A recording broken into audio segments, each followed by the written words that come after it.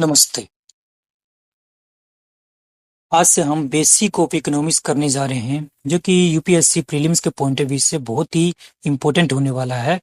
और यहाँ से यूं तो बहुत सारे क्वेश्चंस आपके बन जाएंगे, और टेस्ट सीरीज यदि आप लगा रहे हैं तो वहाँ से भी यहाँ से आपको क्वेश्चन देखने को मिलेगा।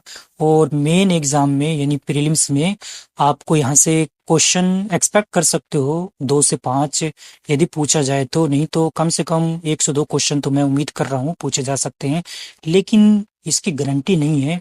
कोई भी कोचिंग वाला आपको गारंटी नहीं देगा।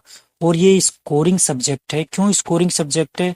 क्योंकि यदि आप इसको नहीं करते, इसके कंसेप्ट को नहीं समझते हो, तो आप प्रीलिम्स डिस्क्वालीफाई कर जाएंगे, नहीं क्वालिफाई आप नहीं कर पाएंगे प्रीलिम्स को।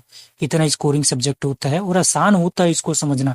लेकिन यदि आप उस टीचर से नहीं पढ़ रहे हैं जो बहुत अच्छी तरीके से इसको कॉन्सेप्ट जानता है, समझाना आपको जानता है, तभी आप स्कोर कर पाएंगे इसमें, वरना नहीं कर पाएंगे। तो मैंने जितनी भी अटेम्प्ट दी उन सब का निचोड़ में इसमें रखने वाला हूँ इस वीडियो के माध्यम से। और पूरा मैंने ये कोर्स बना दिया है। इसके बाद अन्य सब्जेक्ट का भी लेकर के आऊंगा, लेकिन सबसे पहले मैंने इसको रखा क्योंकि ये स्कोरिंग सब्जेक्ट है और समझना इसको आसान है कॉन्सेप्ट वाइज। और ये करंट अफेयर से प्रेरित होता है, इंस्पायर्ड होता है। ऐसा नहीं है कि स्टैटिक से ही 20 के 20 क्वेश्चन पूछ ले जाएगा। मल्टीपल स्टेटमेंट वाइज क्वेश्चन होते हैं ये। तो इस चीज से मत रहना कि वन लाइनर क्वेश्चन वो देगा या रिपीट करेगा। रिपीट करता है लेकिन कॉन्सेप्ट करता है। एक क्वेश्चन रिपीट कर देगा तो उसको रिपीट करना नहीं कहेंगे। ठीक है, अब हम आते हैं मेन पॉइंट पर। तो इसमें आप क्या सीखने वाले हैं, जो भी इस पे लिखा हो वो तो आप जानेंगे, उसके अलावा बहुत कुछ जानेंगे। हार्डकोर सेक्टर क्या होता है, अर्थव्यवस्था के क्षेत्र क्या होता है, सब आसान शब्दों में आप समझने वाले हैं। लेकिन इसके लिए पूरा आपको वीडियो देखना पड़ेगा, ठीक है ना। तो ये जितने भी आपने पढ़ा होगा इस पे, ये सब जानेंगे। इसके अलावा और भी बातें हैं जो आप जानेंगे। और दोनों ही यूं तो ये एग्जाम जो है ये प्रीलिम्स से ओरिएंटेड होगा। ये जो वीडियो है प्रीलिम्स ओरिएंटेड होगा, लेकिन यहाँ पे मेंस के पॉइंट ऑफ व्यू से भी मैंने बात रखी है कि उन चीजों को रखा है कि आपको किस तरीके से किस पे फोकस करना है मेंस के पॉइंट ऑफ व्यू से। जैसे कि मैं अभी आगे आपको बताऊंगा। चलिए वहीं पे मूव ऑन करते हैं। तो सबसे पहले मैं आपको क्या बताने वाला हूँ, व्यष्टि बनाम समष्टि। कोई भी टीचर हो इससे आपकी शुरुआत करेगा और बताएगा कि व्यष्टि अर्थशास्त्र क्या होता है, समष्टि अर्थशास्त्र क्या होता है। लेकिन मैं आपको क्या एक्स्ट्रा बताऊंगा, मैं यहाँ पे आपके कॉन्सेप्ट क्लियर करूंगा। सबसे पहले हम अर्थशास्त्र के बारे में जानते हैं। अर्थशास्त्र क्या होता है? तो ये स्क्रीन पे आपको नजर आ रहा होगा, अर्थशास्त्र किसको कहते हैं। देखो ये दो शब्द से मिलकर के बना अर्थ और शास्त्र। शास्त्र मतलब होता है अध्ययन, और अर्थ मतलब होता है वो वाला अर्थ नहीं जिसका आप मतलब निकालते हैं। इस अर्थ का मतलब है मनी, यानी एक ऐसा शास्त्र जो अर्थ के इर्द गिर्द घूमता हो, मनी के इर्द गिर्द घूमता हो, उसी को अर्थशास्त्र कहते हैं। जिनमें हम विभिन्न आर्थिक गतिविधियों का, आर्थिक समस्याओं का अध्ययन करते हैं। तो अर्थशास्त्र क्या है? आर्थिक समस्याओं का अध्ययन करना, उसका उपचार करना, उसका निदान करना, उन समस्याओं को कैसे हल किया जा सकता है, अर्थशास्त्र में हम पढ़ते हैं। अगर अर्थशास्त्र को हम अच्छी समझ नहीं रखेंगे तो हम कोई भी बिजनेस सही तरीके से नहीं चला पाएंगे। या बिजनेस तो छोड़ो, एक राज्य नहीं चला सकते, एक देश नहीं चला सकते। पूरी दुनिया ही अर्थव्यवस्था पे टिकी हुई है। हड़प्पा सभ्यता से अभी तक का बात करें तो अर्थव्यवस्था का बहुत ज्यादा विस्तार हुआ है। अभी जो हम अर्थव्यवस्था के जो विभिन्न क्षेत्र हैं या विभिन्न आर्थिक जो गतिविधियां हैं, हो सकता है कि हड़प्पा सभ्यता में वो गतिविधियां विद्यमान नहीं रही हो। जैसे कि लैपटॉप या आईटी सेक्टर उस समय नहीं रहा हो, तो बहुत सारी आर्थिक गतिविधियां पहले के जमाने में नहीं रही है। जैसे जैसे समय बीतता जा रहा है तो अर्थव्यवस्था के भी नए नए क्षेत्र और नई नई आर्थिक गतिविधियां और नई नई आर्थिक समस्या हमें देखने को मिलती है, जिसका अध्ययन हम अर्थशास्त्र के माध्यम से करते हैं। तो अर्थशास्त्र एक विज्ञान भी है, विज्ञान के रूप में भी इसको पढ़ते हैं। अब हम जानते हैं कि व्यष्टि और समष्टि अर्थशास्त्र में मूलभूत अंतर क्या है। तो व्यष्टि का मतलब होता है सूक्ष्म, यानी अर्थशास्त्र का वो हिस्सा जिसमें हम सूक्ष्म स्तर पर आर्थिक गतिविधियों का अध्ययन करते हैं। यानी व्यष्टिगत स्तर पर या व्यक्तिगत स्तर पर आर्थिक इकाइयों का अध्ययन करते हैं, तो उसी को क्या कहा जाता है? व्यष्टि अर्थशास्त्र कहा जाता है। जैसे कि मैं आपको पढ़ा रहा हूं तो मैं एक आर्थिक क्रिया कर रहा हूं, तो यदि मेरा आकलन किया जाएगा, मेरी आर्थिक गतिविधियों का गणना की जाएगी कि मैं सालाना कितना कमाता हूँ, मेरी आर्थिक समस्याएं क्या है, मैं अपनी आर्थिक समस्याओं को किस प्रकार से आ, उपचार कर सकता हूँ, सुलझा सकता हूँ, हल कर सकता हूँ। जैसे कि पढ़ाने के लिए सबसे पहले तो मैंने सोचा कि मैं आपको क्या पढ़ाऊं, है ना, क्योंकि हमारे पास संसाधन सीमित होते हैं। और यहाँ पे जैसे कि क्या, क्यों, कैसे, ये मूल समस्या होती है अर्थशास्त्र की। तो यहाँ पे मैंने सोचा कि मैं क्या पढ़ाऊँ आपके, तो मैंने सोचा इकोनॉमिक्स पढ़ाऊँ। अब मैं कैसे पढ़ाऊँ, तो मैंने सोचा कि आपको क्लियर कॉन्सेप्ट बता करके पढ़ाया जाए। क्लियर कॉन्सेप्ट यानी बेसिक अंडरस्टैंडिंग दी जाए, क्लियर अंडरस्टैंडिंग दी जाए, ये मैंने सोचा।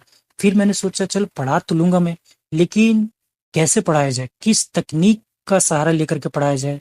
तो मैंने सोचा मेरे पास लैपटॉप है, पेन टैबलेट है, तो उसके माध्यम से मैं पढ़ाता हूँ। तो इस प्रकार से मैंने अपनी आर्थिक समस्या का क्या कर लिया, अध्ययन कर लिया, ठीक है, और उसका हल कर लिया। ये मेरी समस्या सुलझ गई। अब इस आर्थिक क्रिया को संपन्न करके मैं कुछ आय का सृजन करूंगा, ठीक है, इन फ्यूचर। तो माना जाएगा, कहा जाएगा कि आपने व्यक्तिगत स्तर पर अपने आर्थिक समस्याओं का समाधान करके अपने आय का सृजन किया है। तो आई होप ये बात आपको समझ में आ गई होगी। तो यहाँ पर हम व्यक्तिगत स्तर पर, सूक्ष्म स्तर पर आर्थिक इकाइयों का अध्ययन करते हैं, जैसे कि एक उपभोक्ता, एक फर्म, एक बाजार, या फिर एक परचून की दुकान, एक रेड़ी की दुकान, या एक मंगल बाजार आप गए होंगे, सोम बाजार आप गए होंगे अपने एरिया में, दिल्ली वाले तो जानते ही है। और गांव वाले जो हाट मेला ये सब लगता है, तो उसका भी अध्ययन करते हैं। तो भी व्यक्तिगत स्तर पर ही होता है। एक उत्पादक की आर्थिक इकाइयों का अध्ययन करेंगे कि वो क्या उत्पादन कर रहा है, कैसे उत्पादन कर रहा है, किसके लिए कर रहा है, क्यों कर रहा है। तो ये सब मूल समस्याओं का अध्ययन व्यक्तिगत स्तर पर यदि हम करते हैं तो व्यक्तिगत अर्थशास्त्र में गिना जाता है। उससे भी ज्यादा इम्पोर्टेंट क्या है कि इसमें मांग और पूर्ति के नियम को गिना जाता है, या इसमें अध्ययन किया जाता है। मांग और पूर्ति का नियम इसमें शामिल किया जाता है व्यष्टि अर्थशास्त्र में। और मूल्य निर्धारण का जो कॉन्सेप्ट है, ये व्यष्टि अर्थशास्त्र के अंतर्गत ही बताया जाता है। तो मांग और पूर्ति का नियम क्या कहता है कि जब भी डिमांड बढ़ती है ना, तो सप्लाई क्या होती है, कम हो जाती है। वो जब भी डिमांड कम होगी तो सप्लाई बढ़ जाएगी। और डिमांड और सप्लाई दोनों इक्वल हो सकते हैं, है ना। मांग भी उतनी की जा रही है, मान लो 10 वस्तु की मांग की गई और 10 वस्तु है हमारे पास, बराबर। तो ये संतुलित अवस्था होगी। और यहाँ पे क्या होगी, ये दोनों ही असंतुलित अवस्था है। तो जब डिमांड बढ़ेगी तो जो प्राइस हो जाएगा ना, वो बढ़ जाएगा। जब डिमांड कम हो जाएगी तो प्राइस क्या हो जाएगा, कम हो जाएगा, किसी वस्तु और सेवा का। इतनी सी बात है। और इसको कौन सा आपको इसमें पीएचडी करनी है, पीएचडी आपको नहीं करनी है इसमें। इसमें आपको इस तरीके से अध्ययन करना है कि आपके दिमाग में वो छप जाए और आप बस आंसर लिख ले, आंसर राइटिंग कर ले। पीएचडी नहीं करनी है आपको इसमें। अब समष्टि अर्थशास्त्र की बात करते हैं। समष्टि अर्थशास्त्र किसको कहा जाता है, इस पे तो हमने सूक्ष्म स्तर पर, अब इसमें बड़े स्तर पर, जब भी हम आर्थिक गतिविधियों का या आर्थिक समस्याओं का समग्र स्तर पर या बड़े स्तर पर अध्ययन करते हैं, या संपूर्ण अर्थव्यवस्था का अध्ययन करते हैं, तो समष्टि अर्थशास्त्र कहलाता है। जैसे कि राष्ट्रीय आय, मुद्रास्फीति, बेरोजगारी, मौद्रिक नीति और राजकोषीय नीति, बैलेंस ऑफ पेमेंट, निवेश। तो राष्ट्रीय आय की विभिन्न अवधारणा भी इसमें हम देखते हैं, जीडीपी, जीएनपी, एनएनपी, एनडीपी। और मौद्रिक नीतियों का संचालन कौन करता है, कैसे करता है, राजकोषीय नीति का संचालन कौन करता है, कैसे करता है, और उसका इम्पैक्ट क्या पड़ता है, ये सब हम समष्टि अर्थशास्त्र में पढ़ते हैं। बेरोजगारी को कैसे दूर किया जाता है, बेरोजगारी कितनी प्रकार की होती है, मुद्रास्फीति को कैसे कंट्रोल किया जाता है, ये सब समष्टि अर्थशास्त्र में ही हम पढ़ते हैं। और ये मेंस के पॉइंट ऑफ व्यू से बहुत इंपॉर्टेंट है, मेन के पॉइंट ऑफ व्यू से ये पूछा जाता है आपके एग्जाम में। नेक्स्ट, अब हम देखते हैं कि अर्थव्यवस्था के प्रकार क्या होता है। प्रकार तो टाइप्स तो बहुत सारे होते हैं, मतलब दुनिया में भांति भांति के लोग हैं। आपके कई दोस्त होंगे, विभिन्न प्रकार के दोस्त होंगे, है ना। विभिन्न प्रकार के मोबाइल हैं मार्केट में, विभिन्न प्रकार के खाने पीने की चीजें हैं। तो अर्थव्यवस्था भी जो है वो भी कई प्रकार की है। तो अर्थव्यवस्था सबसे पहले तो ये जानते हैं कि कभी भी अकेले नहीं आती है, किसी किसी के साथ जरूर आती है। जैसे आज जब शादी कर लेंगे तो आपके पत्नी के नाम के साथ आपका नाम आएगा, तो इसी प्रकार से अर्थव्यवस्था जो है ये किसी देश के साथ आता है, सफिक्स के तौर पे आता है। भारतीय अर्थव्यवस्था, कैनेडीय अर्थव्यवस्था, है ना, इस प्रकार से आएगा।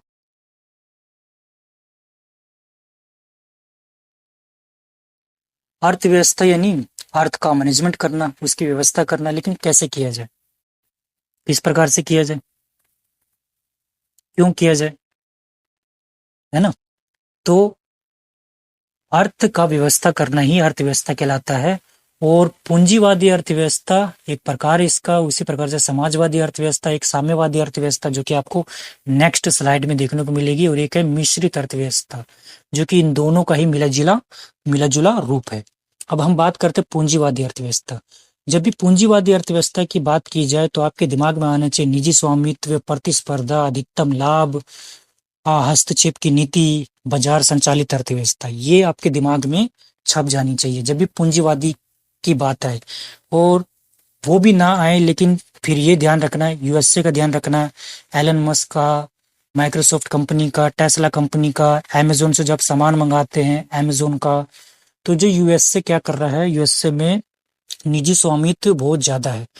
तो वहां पे पूंजीवादी अर्थव्यवस्था हमें देखने को मिलती है। और ये बाजार संचालित अर्थव्यवस्था होती है। बाजार संचालित कैसे? क्योंकि बाजार के नियमों द्वारा संचालित होती है। बाजार के नियम क्या होते हैं, अभी मैंने कुछ समय पहले आपको बताया, मांग और पूर्ति। तो बाजार के नियम क्या है, मांग और पूर्ति, उसके द्वारा संचालित होती है। और ये पूंजीवादी अर्थव्यवस्था लेजिस फेयर की नीति को फॉलो करती है। लेजिस फेयर की नीति क्या होती है, हस्तक्षेप की नीति, यानी ये चाहते हैं कि सरकार का जो हस्तक्षेप हो वो सीमित हो, सीमित हस्तक्षेप चाहते हैं। ठीक है। अब हम बात करते हैं समाजवादी अर्थव्यवस्था। तो यहाँ पे देखो निजी स्वामित्व का बहुत ज्यादा बोलबाला होता है। अच्छा, एक बात और मैं समझाना चाहूंगा आपको कि पूंजीवादी अर्थव्यवस्था नहीं, इसमें अमीर और गरीब के बीच में खाई बहुत ज्यादा देखने को मिलेगा। गरीब और गरीब होते जाते हैं, अमीर और अमीर होते जाते हैं। क्यों? क्योंकि यहाँ पे प्रतिस्पर्धा पाया जाता है और निजी स्वामित्व बहुत ज्यादा पाया जाता है। कंपटीशन बहुत ज्यादा पाया जाता है। और उसके अलावा कोई भी जो कार्य किया जाता है ना, लाभ के उद्देश्य से किया जाता है। कोई भी आर्थिक गतिविधि किया जाता है या आ, किसी भी वस्तु और सेवा का उत्पादन किया जाएगा तो वो लाभ के उद्देश्य से किया जाएगा। इसलिए इसका अंतिम उद्देश्य जो होता है ना पूंजीवाद का, वो लाभ कमाना होता है। लेकिन जो समाजवादी अर्थव्यवस्था होगी, उसका अंतिम उद्देश्य समाज का कल्याण करना होता है। समाज का कल्याण कैसे करेगा? जन कल्याणकारी नीतियों के माध्यम से। फ्री में शिक्षा देगा, मुफ्त में बिजली पानी दे सकता है, रोटी कपड़ा मकान दे सकता है, हॉस्टल की व्यवस्था कर सकता है, आ, जच्चा बच्चा केंद्र स्थापित कर सकता है, मोहल्ला क्लिनिक स्थापित कर सकता है। तो ये समाज के कल्याण के उद्देश्य से जो आर्थिक गतिविधियों को संचालित करते हैं, तो वो देश समाजवादी अर्थव्यवस्था कहलाता है। लेकिन अब समाजवादी पूर्ण रूप से कोई रहा नहीं। ठीक है।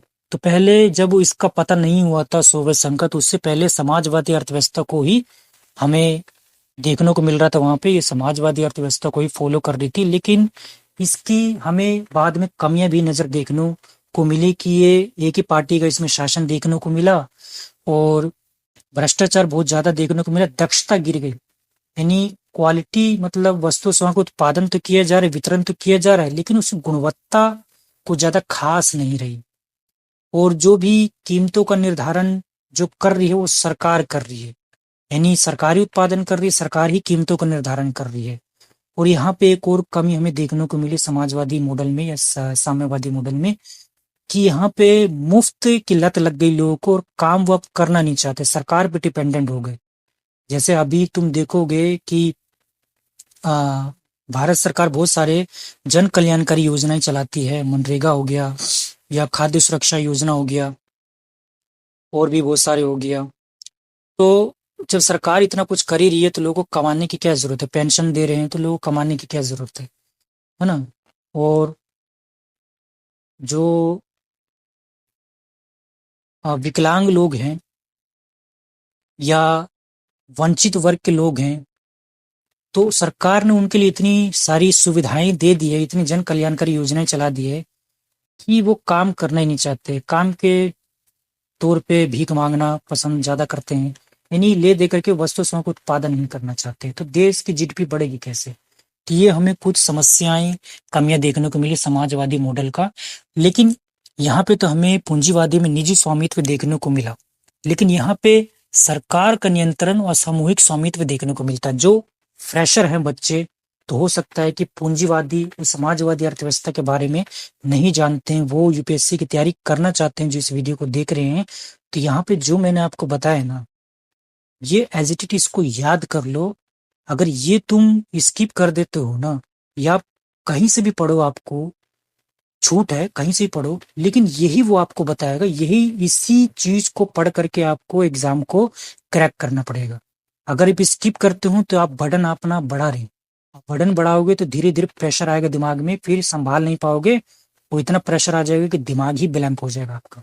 तो इसलिए जो अभी मैं बता रहा हूँ आपको, गांठ बांध लो, कैसे भी करके याद कर लो। नहीं समझ में आ रहा ना, कमेंट मुझसे बार बार पूछो, मैं वहीं पे समझा दूंगा आपको। मेरी जिम्मेदारी है ये, यदि आप मेरे चैनल को फॉलो कर रहे हैं तो ये मेरी जिम्मेदारी है कि आपको कंसेप्ट को क्लियर करूं, मैं आपकी जो भी समस्याएं हैं उसको दूर करूं। आर्थिक समस्याएं भी नहीं दूर कर पाऊंगा, हाँ एग्जाम से रिलेटेड मैं दूर कर दूंगा, फ्यूचर में वो भी मैं दूर कर सकता हूं तो जरूर करूंगा आर्थिक समस्या किसी की। अभी मैं उतने कैपेबल नहीं हूं, ठीक है। तो समाज के कल्याण के उद्देश्य से ये अर्थव्यवस्था काम करती है, और इसमें ये लेजिस फेयर नीति को फॉलो नहीं करती है, यानी इसमें सरकार का नियंत्रण बहुत ज्यादा देखने को मिलता है, और इसमें बहुत कम देखने के मिलता है, सीमित मिलता है। और ये नियंत्रण किस पे कर रहे हैं? तो जो फ्रेशर बच्चे हैं वो कंफ्यूज होते होंगे। तो नियंत्रण संसाधनों पे बात की जा रही है। एक देश में संसाधन ही तो होते हैं जो उस देश को मूल्यवान बनाते हैं या उपयोगी बनाते हैं। संसाधनों की वजह से तो संसाधन क्या केवल भौतिक होते नहीं, संसाधन भौतिक और अब अभौतिक दोनों होते हैं, भौतिक और गैर भौतिक, यूं कह लो मूर्त और अमूर्त दोनों होते हैं। वो आगे जाकर के आपको पता लगेगा कि संसाधन क्या होते हैं। और संसाधन भी वो कहे जाते हैं जिसका हम उपयोग में ले सकें। यदि मुझसे कोई कंपनी उपयोग में ले रही है या आप उपयोग में ले रहे हैं तो मैं भी एक संसाधन हूं, लेकिन कैसा संसाधन? मानव संसाधन।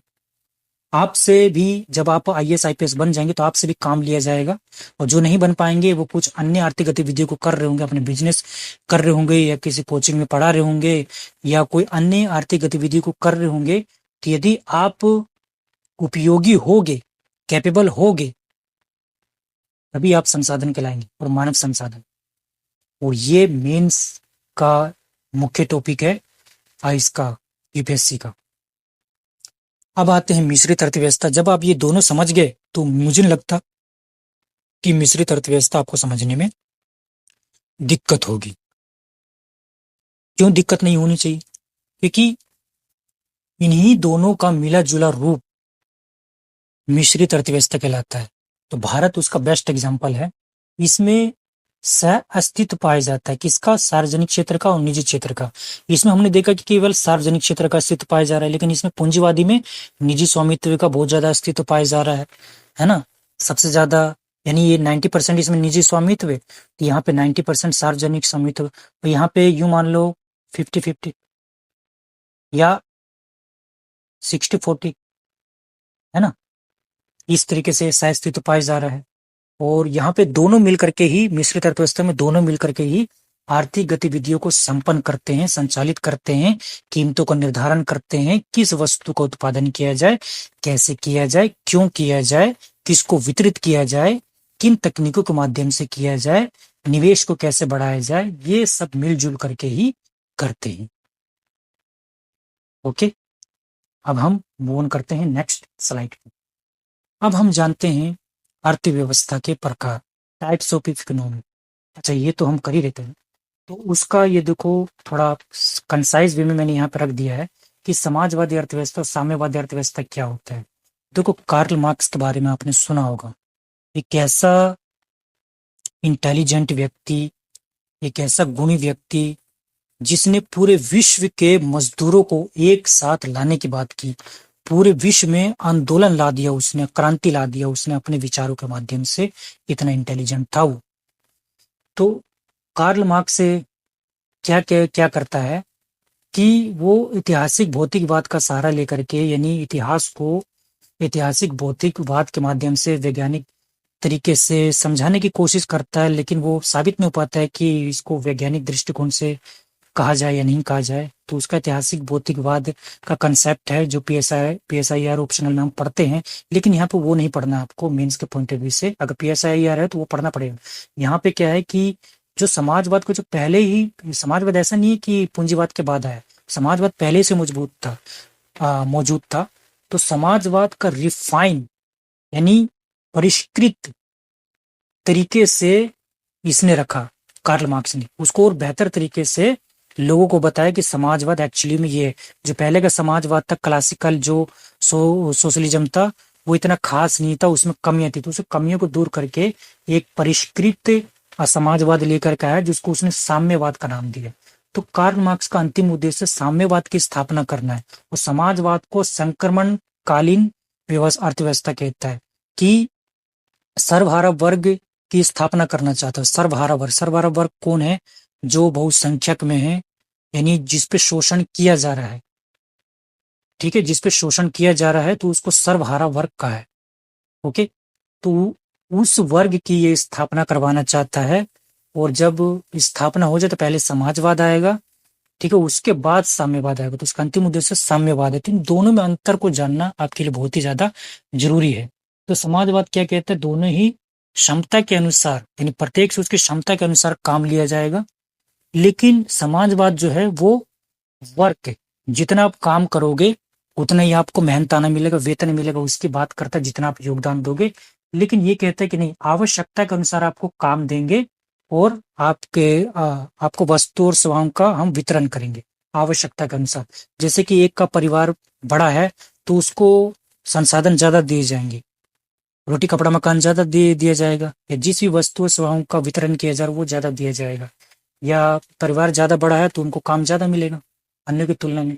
तो आवश्यकता के अनुसार जो विकलांग लोग हैं तो उनको भी उसी हिसाब से ही क्या किया जाएगा, काम दिया जाएगा या सुविधाएं दी जाएगी। जन कल्याणकारी के माध्यम से उनका जन कल्याण किया जाएगा, है ना। और यहाँ पे देखो व्यक्तिगत संपत्ति समाजवाद में, मैं ओवरव्यू बता देता हूँ, पढ़ लेना इसको। व्यक्तिगत संपत्ति इसमें देखो पाया जाता है कुछ हद तक समाजवाद में, लेकिन यहाँ पे व्यक्तिगत जो संपत्ति, निजी संपत्ति, इसको ये मना करता है कि सब कुछ सार्वजनिक और सामुदायिक नियंत्रण में होगा। और परिवर्तन का तरीका क्या है? समाजवाद का परिवर्तन का तरीका क्या है? ये लोकतांत्रिक सुधारों का समर्थन करता है, कानून के माध्यम से किसी भी समस्या का, आर्थिक समस्या या सोशल समस्या, सामाजिक समस्या का हल करना चाहता है। लेकिन ये कहता है कि नहीं, हम क्रांति के माध्यम से करेंगे, खून खराबा से करेंगे। यानी किसी पुरानी व्यवस्था को अगर परिवर्तन करना है तो उसका एक तरीका है हिंसा, क्रांति, उसको उखाड़ फेंकना है हिंसा के माध्यम से, क्रांति के माध्यम से। तो ये इस तरीके से चाहते हैं। जैसे भारत में आप देखोगे कि बहुत जो नक्सलवादी जो विचारधारा किससे प्रेरित है? साम्यवादी विचारधारा से। हालांकि माओ जेडोंग की जो विचारधारा उससे ज्यादा प्रेरित है नक्सलवाद, जो नक्सलवाड़ी क्षेत्र से क्या हुआ था, उसका जन्म हुआ था। मजूमदार याद होगा आपको, है ना, जिन्होंने इसकी शुरुआत की थी। और चलिए उसको हटाइए। तो साम्यवादी विचारधारा से बहुत सारे विचारधारा आगे मतलब प्रेरित हुए, आकर्षित हुए। जैसे कि बोल्शेविक क्रांति, लेनिनवाद इसी विचारधारा से प्रेरित है। भारत में जो कम्युनिस्ट पार्टी ऑफ इंडिया और कम्युनिस्ट पार्टी, मार्क्सवाद और लेनिनवाद इसी विचारधारा से प्रेरित है, लेकिन कुछ अंतर के साथ। और ये राज्यों को मानता है समाजवाद, लेकिन ये राज्यों को नहीं मानता। तो इसीलिए क्वेश्चन एक पूछ लिया था प्रीलिम्स में गांधीवाद से जोड़ के कि कार्ल मार्क्स और गांधी जी में साझा विचारधारा क्या है, कॉमन विचारधारा क्या है? तो दोनों ही क्या करते हैं, राज्य को नहीं मानते, दोनों ही राज्यों को नहीं मानते। ठीक है, तो ये राज्यों को नहीं मानते हैं साम्यवादी विचारधारा, ये राज्यों को बिल्कुल नहीं मानते। राज्य विहीन सोसाइटी की स्थापना करना चाहते, वर्ग विहीन भी समाज की स्थापना करना चाहते हैं। लेकिन गांधी जी जो है वो वर्ग चाहता है, लेकिन राज्य नहीं चाहते हैं वो। उनका राज्य एक आदर्श राज्य है जो कि राम राज्य के तौर पे गिना जाता है। ये भी आपको याद रखना चाहिए, पूछा जा सकता है। फिर जो समाजवादी अर्थव्यवस्था मिश्रित अर्थव्यवस्था में बदल सकती है, आर्थिक प्रणाली इसकी मिश्रित हो सकती है, यानी कुछ निजी स्वामित्व भी यहाँ पे आपको देखने को मिल सकते हैं, संसाधनों पर निजी स्वामित्व भी देखने को मिल सकता है, लेकिन ये पूरी तरह से राज्य या समुदाय के नियंत्रण में होगा। जो भी संसाधन वहां पे होंगे उस देश में, उन सब पे किसका नियंत्रण होगा, राज्य का या फिर समुदाय का। ये मेंस के पॉइंट ऑफ व्यू से मैंने आपके लिए तैयार किया, तो इसको पढ़ लेना, काम आएगा आपके। यहाँ पे पढ़ाऊंगा तो वो बड़ा हो जाएगा। अब ये अर्थव्यवस्था के प्रकार देखो, मुख्य अंतर, ये मैंने तीनों को एक जगह रख दिया है, तो इसको पढ़ लेना। जो जो मैंने बताया ना आपको वही इसमें लिखा हुआ है, कुछ अलग नहीं लिखा हुआ है, आसानी से आप समझ सकते हैं। हाँ, अब हम बात करते हैं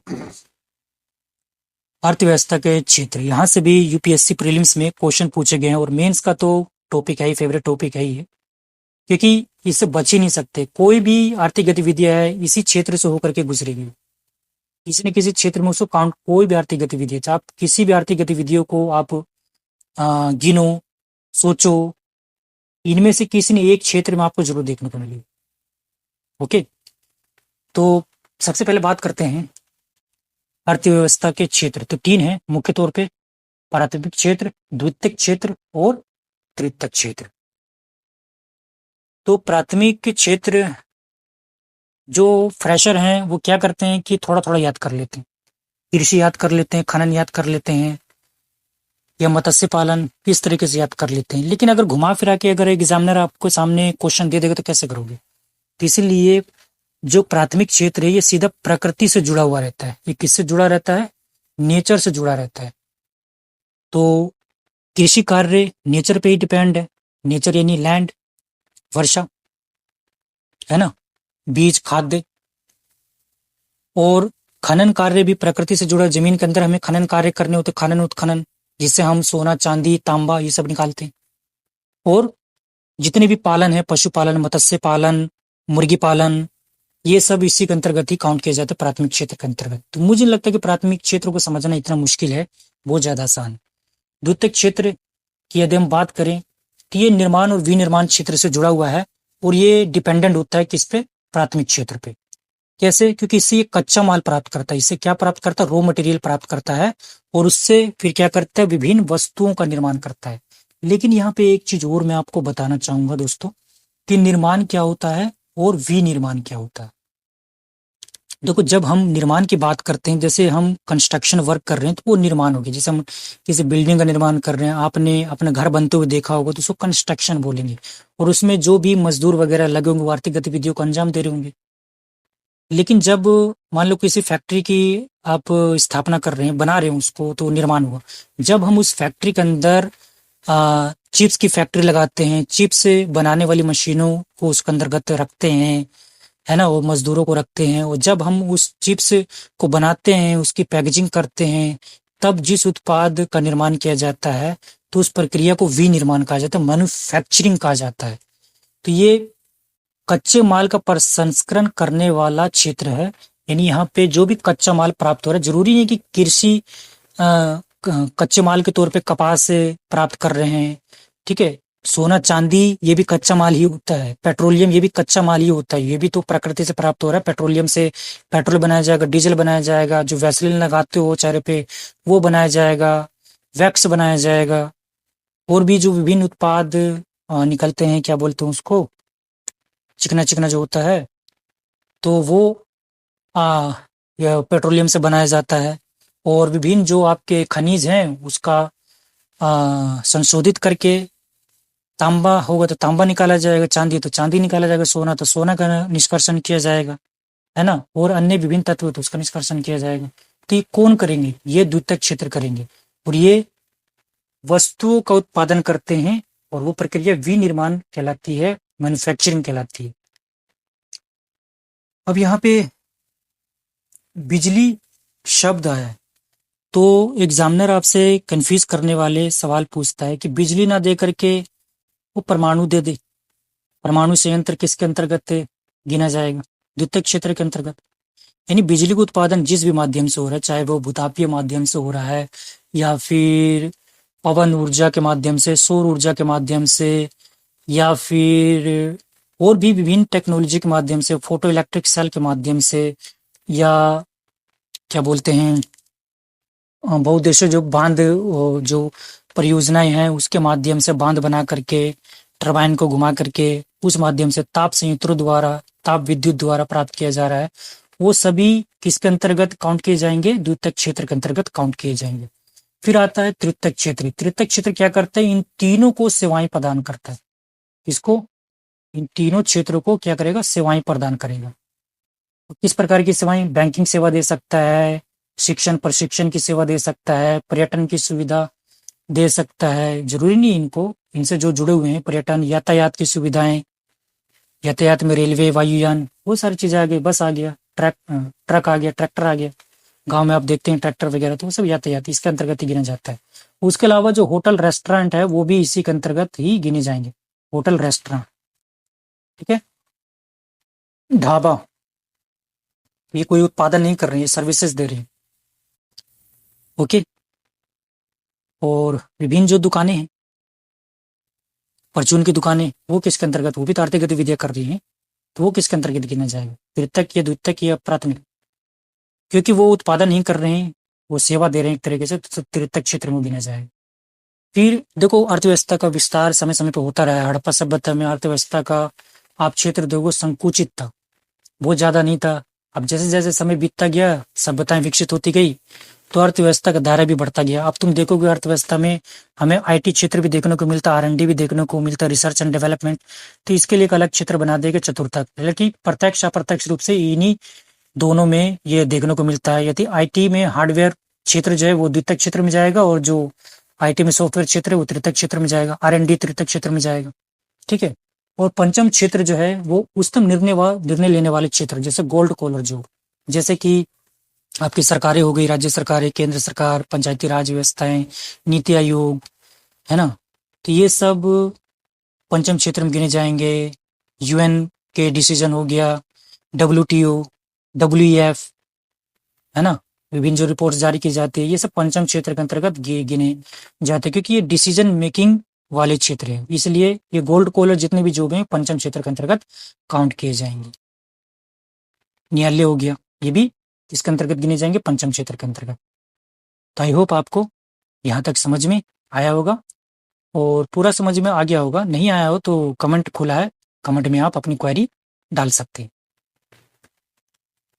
फिर जिस प्रकार से हमने देखा कि अर्थव्यवस्था के क्षेत्र हैं, उसी प्रकार से इन अर्थव्यवस्था के क्षेत्र को सेक्टर में बांट दिया गया, हार्डकोर सेक्टर और सॉफ्ट कोर सेक्टर।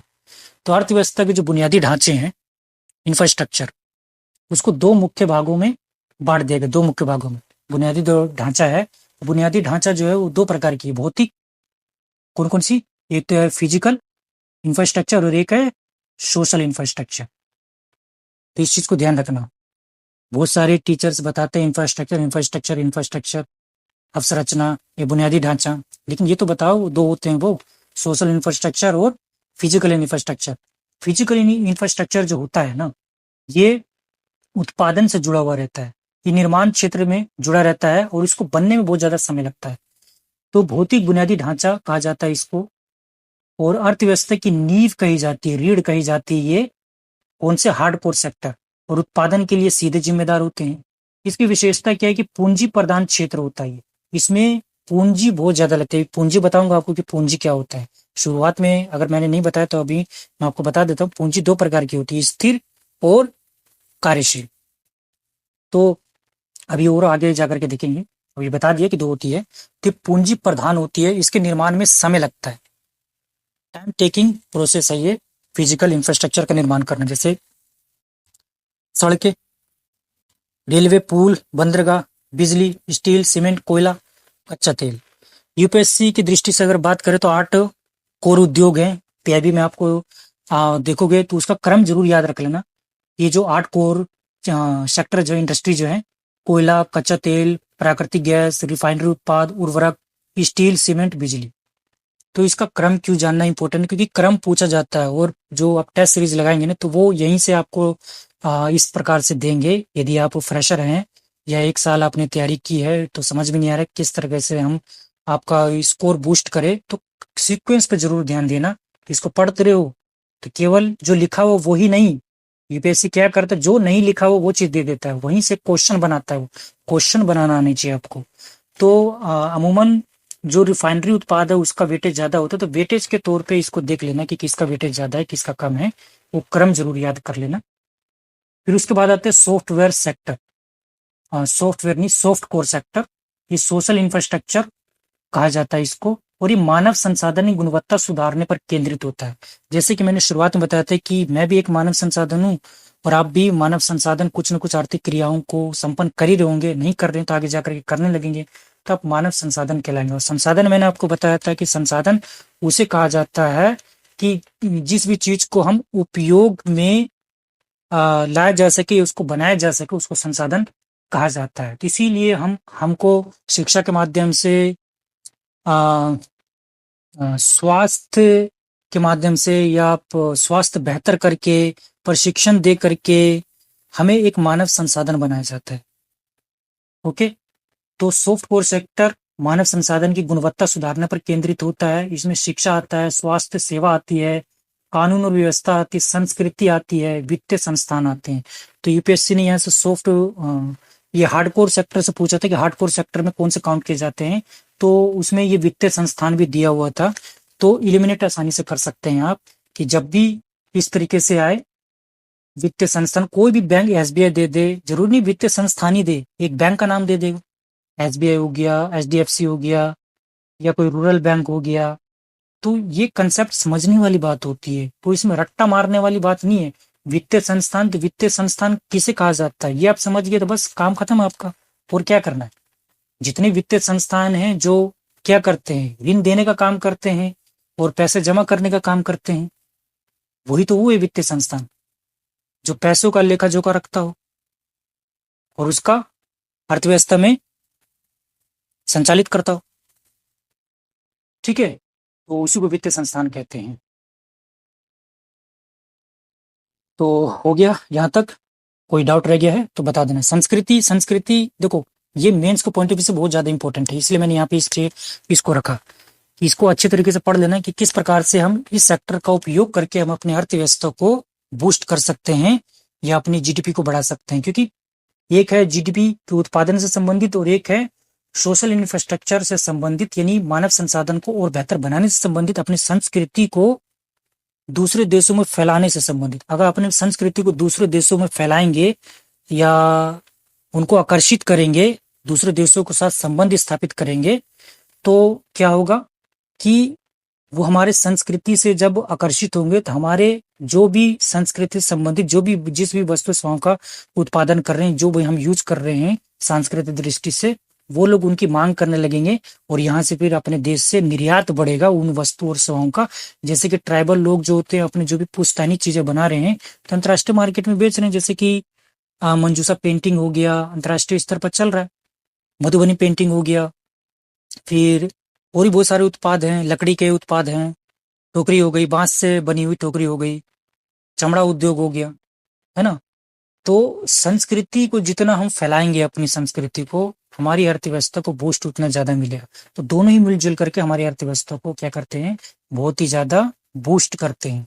अगर ये इन पे हम ध्यान नहीं देंगे तो हमारी अर्थव्यवस्था ज्यों की त्यों बनी रहेगी या फिर उसमें बूस्ट नहीं आएगा।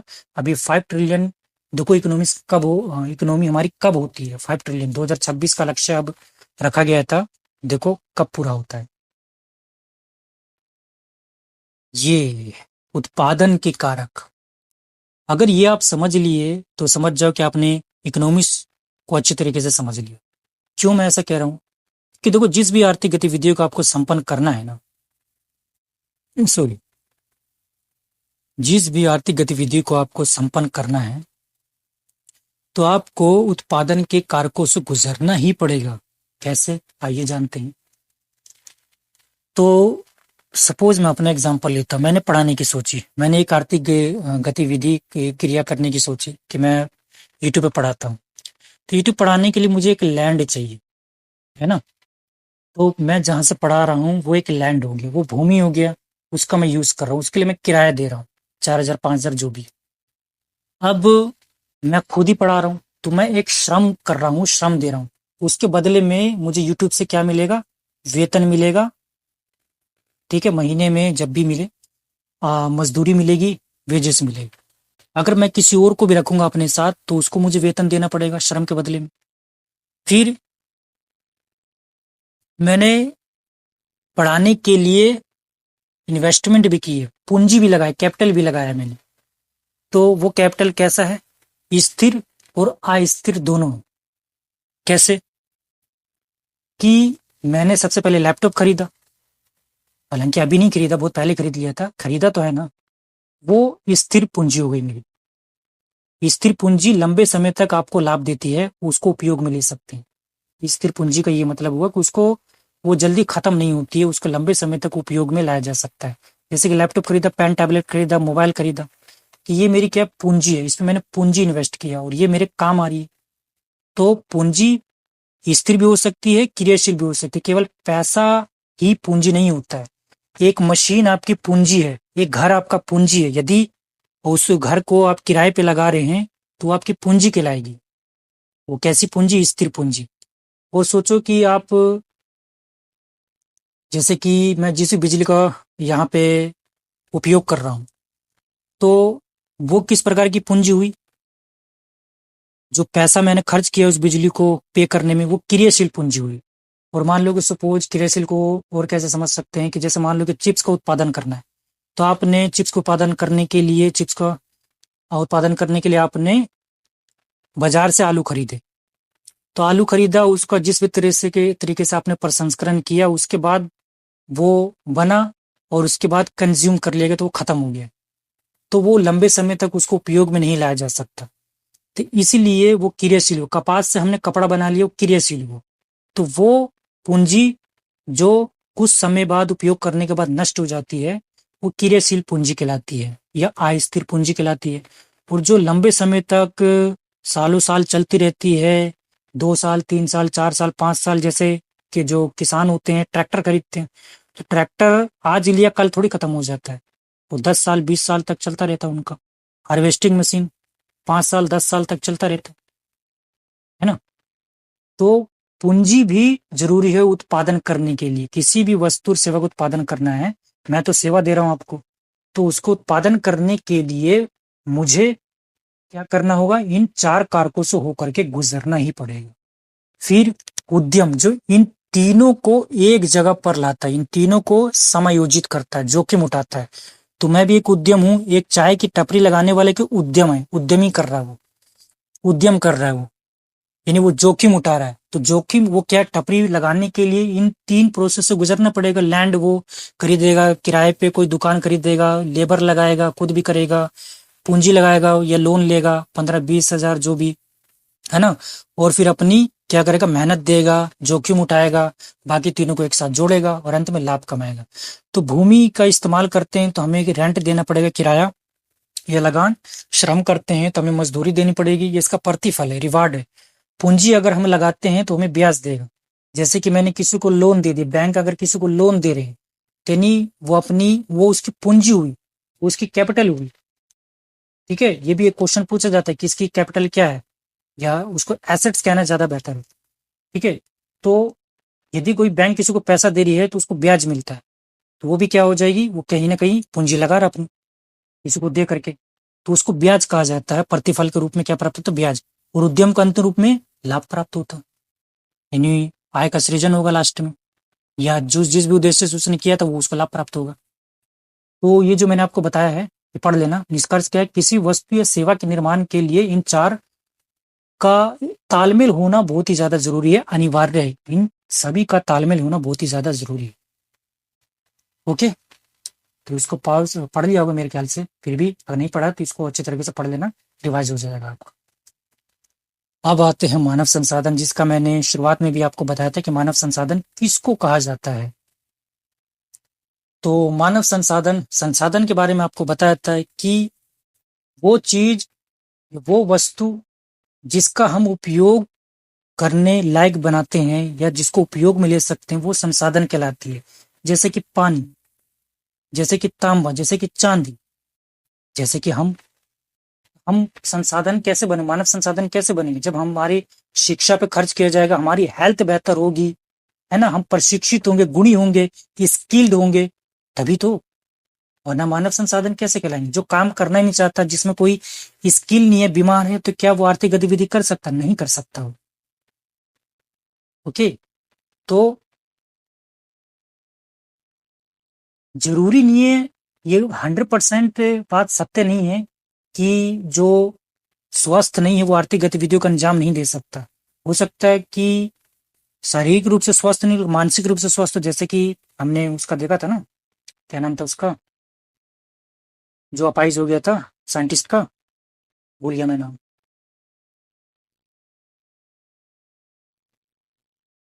चलिए छोड़िए। तो उसने बहुत सारी किताबें भी लिखी है ब्लैक होल की, उन्होंने खोज की थी, बताया था ब्लैक होल के बारे में, याद नहीं आ रहा उसका नाम। व्हील चेयर पे बैठे रहते थे, और हाल ही फिलहाल में निधन भी हुआ उनका। चलिए छोड़िए, नहीं याद आ रहा, कभी कभी हो जाता है, माइंड से स्किप कर जाता है। तो यहाँ पे मानव संसाधन के ऊपर बात कर रहे थे हम। मानव संसाधन का सरल सा अर्थ क्या है? किसी देश की जनसंख्या का वह हिस्सा जो कुशलता, शिक्षा और स्वास्थ्य के बल पर देश की अर्थव्यवस्था में योगदान देता है। यदि हम मानव संसाधन है तो योगदान कहाँ देंगे हम? अर्थव्यवस्था में ही तो देंगे, किसी देश की अर्थव्यवस्था में ही देंगे, चाहे हम अपने देश में रहें, दूसरे देश में रहें। अर्थव्यवस्था में योगदान तो देना ही पड़ेगा, आर्थिक गतिविधि तो करनी पड़ेगी, नहीं तो फिर अपना पेट कैसे पालोगे? आप पढ़ रहे हो, आईएएस बन रहे हो, तो किस लिए बन रहे हो? समाज सेवा करने के लिए बन रहे हो क्या? ये तो कहने वाली बात है कि मैं समाज सेवा करना चाहता हूँ।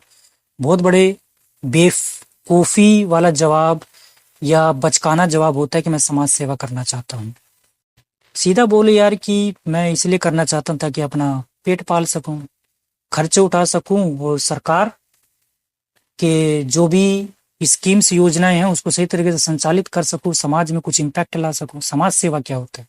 समाज सेवा करोगे तो समाज सेवा करने के लिए जरूरी है आईएएस बनना, वो तो ऐसे भी कर सकते हो, कोई आर्थिक अन्य गतिविधि करके भी कर सकते हो, है ना। तो अर्थव्यवस्था में आप योगदान दोगे, और जब हम लोगों को शिक्षा देते हैं, प्रशिक्षण देते हैं, स्वास्थ्य में निवेश करते हैं, तो वो मानव पूंजी बनती है। मानव पूंजी, तो देखो पहले मानव संसाधन बनाया, मानव संसाधन से मानव पूंजी बना, जब हमने इन पे निवेश किया, तो एक परिवार आपको मानव पूंजी बनाता है। आपके पिताजी आपको पढ़ा रहे हैं, स्किल्ड पर्सन बना रहे हैं, आपका जब बीमार पड़ते हो तो आपकी देखभाल भी करते हैं, आपके स्वास्थ्य पे खर्चा करते हैं, तो मानव पूंजी ही तो बना रहे हैं वो। तो मानव पूंजी बन करके आप करोगे क्या? देश की अर्थव्यवस्था में योगदान दोगे।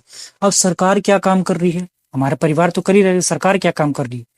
किस प्रकार से मानव संसाधन बनाया जा सकता है? तो शिक्षा के क्षेत्र में योगदान दे करके, निवेश करके। और सरकार क्या कर रही है? समग्र शिक्षा अभियान चला रही है, मिड डे मील चला रही है, पीएम श्री योजना, स्कूलों को आधुनिक तकनीक और नए शिक्षण तरीके से लैस करने के लिए, नए शिक्षण तरीकों से लैस करने के लिए नई शिक्षा नीति, नई शिक्षा नीति भी चला रही है। तो नई शिक्षा नीति के माध्यम से क्या मानव संसाधन बनाना ही तो है। उनको व्यवहारिक शिक्षा भी दी जाएगी, अब कौशल आधारित शिक्षा भी दी जाएगी। स्किल्ड पर्सन, स्किल्ड मतलब स्टूडेंट को स्किल्ड बनाएगा, चाहे सेमी बने या हाई स्किल्ड बने। शिक्षा प्रणाली और बेहतर किया जाएगा, इसमें व्यवहारिक बनाया गया है। तो इन माध्यमों से, शिक्षा के माध्यम से, और वैसे भी उससे पहले भी शिक्षा के क्षेत्र में केवल यही नहीं है, बहुत यही जरूरी नहीं कि केवल यही है। आईटी की स्थापना करना, मेडिकल कॉलेजेस की स्थापना करना, ये सब क्या है? मानव संसाधन ही तो बनाना है। मेडिकल कॉलेजेस की स्थापना की है तो हम वहां से डॉक्टर निकलते हैं। आईआईटी की जो स्थापना की है जवाहरलाल नेहरू के समय, जो विभिन्न आईआईटी संस्थान की जो स्थापना हुई है, तो वो क्या इंजीनियर दे रहे हैं? इंजीनियर दे रहे हैं तो वो भी क्या स्किल्ड पर्सन है, मानव संसाधन ही तो है। और भी देखो, स्किल्ड करने के लिए क्या है, प्रधानमंत्री कौशल विकास योजना चला रही है, अटल इनोवेशन योजना चल रही है नीति आयोग द्वारा, स्किल इंडिया मिशन, संकल्प, स्ट्राइव, स्टार्टअप इंडिया, ये सब क्या है? मतलब कौशल को बढ़ाने के ये तरीके अपनाए जा रहे हैं हमारे सरकार द्वारा। ओके, अब स्वास्थ्य के क्षेत्र में कैसा योगदान दिया जा रहा है सरकार द्वारा?